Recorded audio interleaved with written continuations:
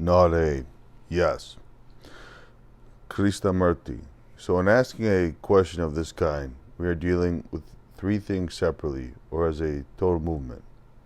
Not a. How can we make them into a unitary movement? How are they related? What is the action in man which will make them the same? Krishnamurti. I wouldn't come to that yet. I would ask, why has man divided the world, his whole existence, into these three categories? Why? And from there, move. Now, why have I, as a human being, divided the world outside of me from the world inside me, and from the world which I am trying to grasp, of which I know nothing, and to which I give all my despairing hope? Right. Now, why do I do this? Tentatively, we are asking, is it that we have not been able to solve the outer with its chaos, confusion, destruction, brutality, violence, and all the horrors that are going on, and therefore we turn to the inner and hope thereby to solve the outer? And not being able to solve the inner chaos, the inner sufficiency, the inner brutality, violence, and all the rest of it, not being able to solve anything there either, then we move away from both, the outer and the inner, to some other dimension. Yes, it is like that. This is what we do. This is what is happening all the time around us and in us. Yes, there are the problems outside which engender the problems inside. Not being able to deal with either or both, we create the hope of some other, some third state which we call God. Yes, an outside agency. An outside agency which will be the consolation, the final solution. But it is also a fact that there are things which are really outer problems. The roof leaks, the sky is full of pollution, the rivers are drying up. There are such problems, and there are wars. They are visible outer problems. There are also problems which we think to be inner problems, our secret enclosed longings, fears, and worries. Yes, there is the world, and there is man's reaction to it, man's living in it, and so there are these two entities. At least in a practical sort of way, we could say there are. And so probably the trying to solve practical problems overflows into the inner state of man and engenders problems there. That means we are still keeping the outer and the inner as two separate movements. Yes, we are. We do. And I feel that is a totally wrong approach. The roof does leak and the world is overpopulated. There is pollution. There are wars. There is every kind of mischief going on. And not being able to solve that, we turn inward. Not being able to solve the inward issues, we turn to something outer, still further away from all this. Whereas if we would treat the whole of this existence as one unitary movement, then perhaps we would be able to solve all these problems intelligently and reasonably and in order. Yes, it seems that is what you speak about. Would you mind telling us how these three problems are really one thing? I am coming to that. I am coming to it. The world outside of me is created by me, not the trees, not the clouds, the bees, and the beauty of the landscape, but human existence and relationship, which is called society. That is created by you and me. So the world is me, and I am the world. I think that is the first thing that must be established, not as an intellectual or an abstract fact, but an actual feeling, an actual realization. This is a fact, not a supposition, not an intellectual concept, but it is a fact that the world is me and I am the world. The world being the society in which I live, with its culture, morality, inequality, all the chaos that is going on in society, that is myself in action. And the culture is what I have created and what I am caught in. I think that is an irrevocable and an absolute fact. Yes. How is it that people don't see this enough? We have politicians, we have ecologists, we have economists, we have soldiers all trying to solve the outside problems simply as outer problems.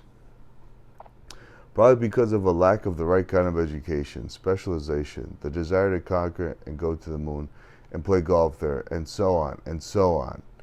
We always want to alter the outer, hoping thereby to change the inner. Create the right environment. The communists have said it 100 times. Then the human mind will change according to that. That is what they say.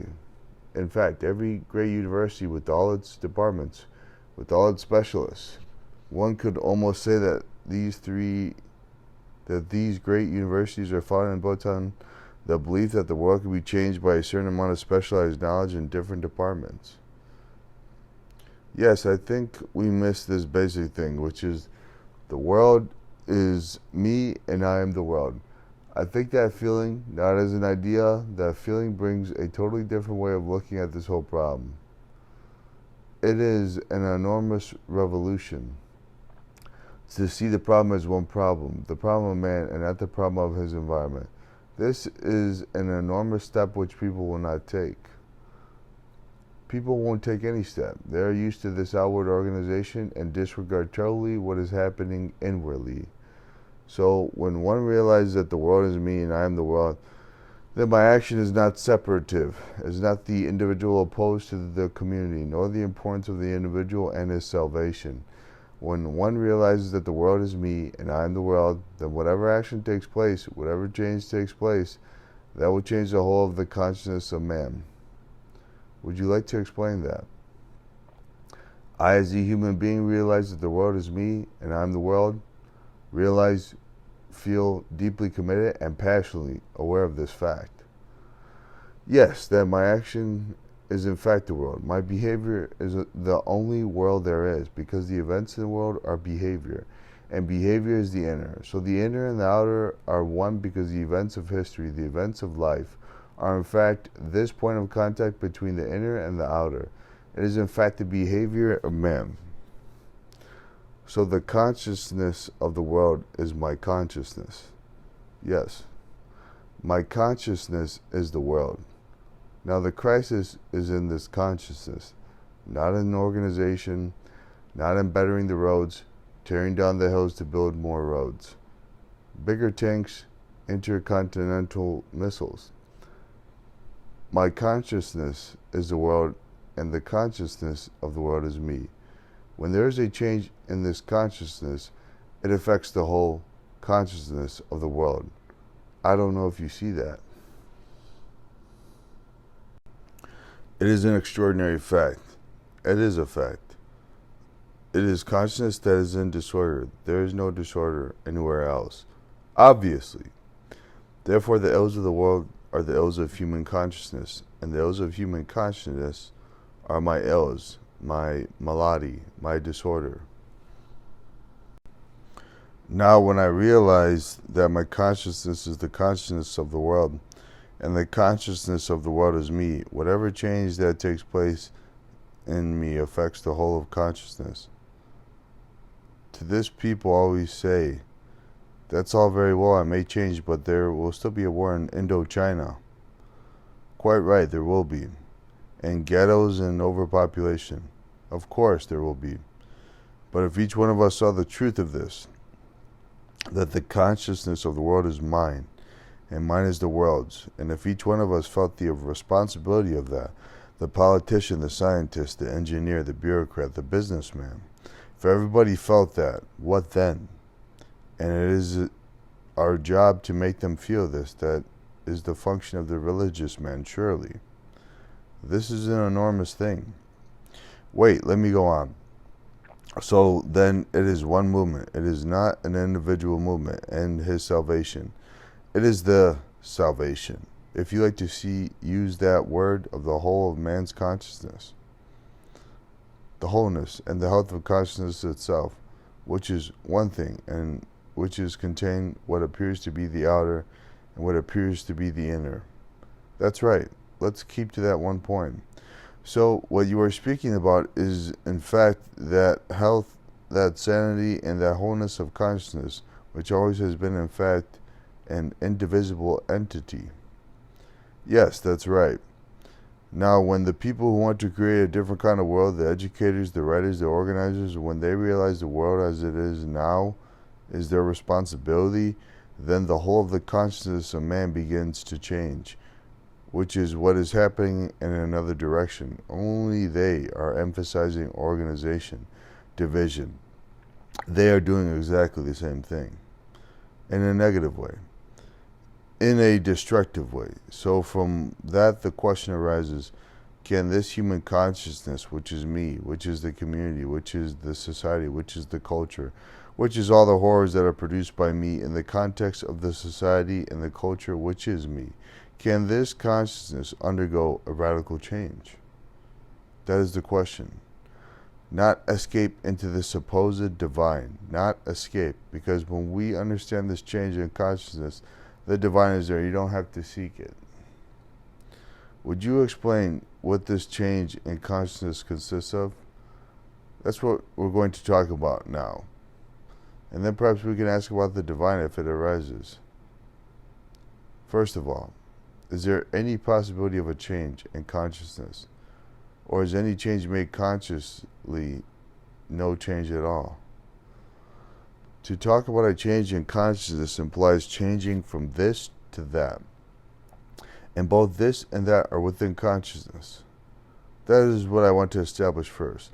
That when we say there must be a change in consciousness, it is still within the field of consciousness. The way we see the trouble and the way we see the solution, which we call change, this is all within the same area.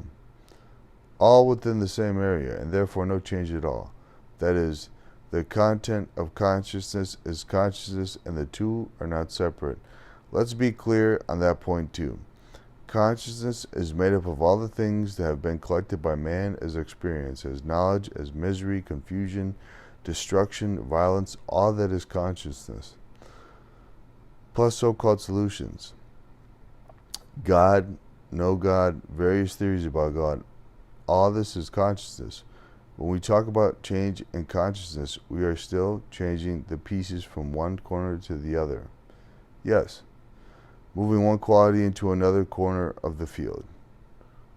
Juggling with the contents of this huge box. Yes, juggling with the contents, and therefore, we are changing variables in the same set of things. That's right. You have put it perfectly better than I have. When we talk about changing, we're really thinking of juggling with the contents, right? Now that implies a juggler and the thing with which he is juggling, but is still within the field of consciousness. There are two questions which arise. Are you saying that there is no consciousness at all outside of the content of consciousness? And secondly, that there is no entity at all to juggle. There is no entity called me outside of this content of consciousness. Obviously not. These are two big statements, sir. Would you be kind enough to explain them? What is the first question? The first thing you are saying, if I have understood correctly, is that this consciousness which we are discussing, which is all we are and all we have, and which we have seen in the problem itself, we are saying that the consciousness is its very content, and there is nothing to be called consciousness outside of the content of consciousness. Absolutely right. Are you saying outside of man's problems, outside of his misery, outside of his thinking, outside of the formulations of his mind, there's nothing at all we call consciousness? Absolutely right. This is a big statement. Would you explain this? We all think, and this has been populated by Indian religion since the beginning of time, that there is a super consciousness outside of this shell, which is the consciousness we are talking about. To find out if there is something beyond this consciousness, I must understand the content of this consciousness. The mind must go beyond itself. Then I shall find out if there is something other than this or not. But to stipulate that it has no meaning is just a speculation. So are you saying that what we commonly call consciousness and what we are talking about is the very content of this consciousness? The container and contained are an indivisible thing? That's right. And the second point you are making is that there is no entity to decide to will and to juggle when the contents to be juggled are absent. That is my consciousness and is the consciousness of the world. And the consciousness of the world is me. This is a truth, not just my invention or dependent on your acceptance. It is an absolute truth. Also, the content is consciousness. Without the content, there is no consciousness. Now, when we want to change the content, we are juggling. The content is juggling itself, because you have a third point, that there is nobody outside of this content to do any juggling at all. Quite right. So the juggler and the content are one, and the container and the content are one. The thinker who within this consciousness says that he must change. Is consciousness trying to change? I think that is fairly clear. So that the world, the consciousness, and the entity who supposedly will change it are all the same entity, masquerading as it were in three different roles? If that is so, then what is a human being to do to bring about a total emptying of the content of consciousness? How is this particular consciousness, which is me, and the world with all its miseries, how is that to undergo complete change? How is the mind, which is consciousness, with all its content, with the accumulated knowledge of the past, how is that mind to empty itself of all its content? But people will say, hearing what you have said, understanding it imperfectly, they will say, can that consciousness be emptied?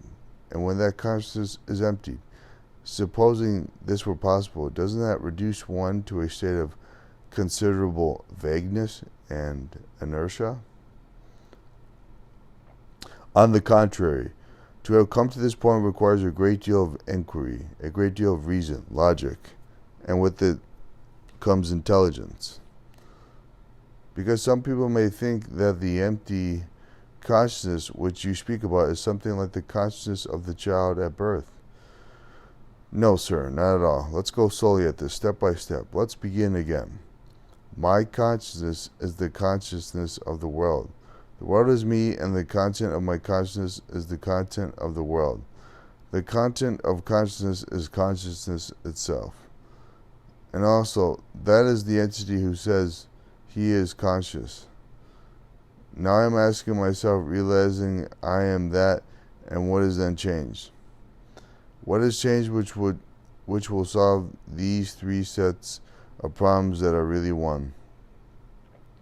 What is implied by change? What is implied by revolution? Not physical revolution. We have gone beyond that. Physical revolution is the most absurd, primitive, unintelligent destruction. Is fragmentation in this consciousness? Yes. Are you asking what it is which will restore order to this consciousness, an order which is whole?